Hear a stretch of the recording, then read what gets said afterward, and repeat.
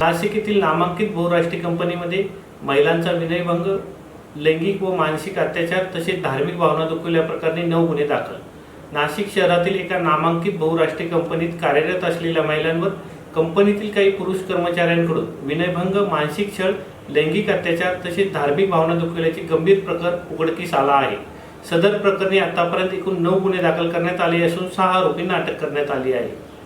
सदर गुन्ह्याची व्याप्ती, गांभीर्य आणि संवेदनशीलता लक्षात घेता या प्रकरणाचा सखोल तपास करण्यासाठी माननीय पोलीस आयुक्त नाशिक शहर यांच्या आदेशान्वये सहाय्यक पोलीस आयुक्त गुन्हे यांच्या अधिपत्याखाली विशेष तपास पथक SIT गठीत करण्यात आली आहे। यापुढे अशा प्रकारच्या घटना घडू नयेत यासाठी सर्व खाजगी आस्थापनांनी आपल्या कार्यस्थळी महिलांच्या सुरक्षिततेसंदर्भात आवश्यक ती खबरदारी आणि प्रतिबंधात्मक उपाययोजना कराव्यात।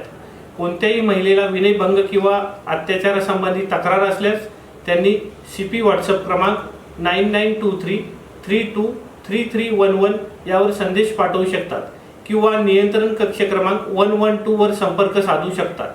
तक्रारदार महिला, संस्था किंवा माहिती देणाऱ्या व्यक्तीची ओळख गोपनीय ठेवण्यात येईल असे आवाहन माननीय श्री संदीप कर्णिक पोलीस आयुक्त नाशिक शहर यांच्या वतीने करण्यात येत आहे।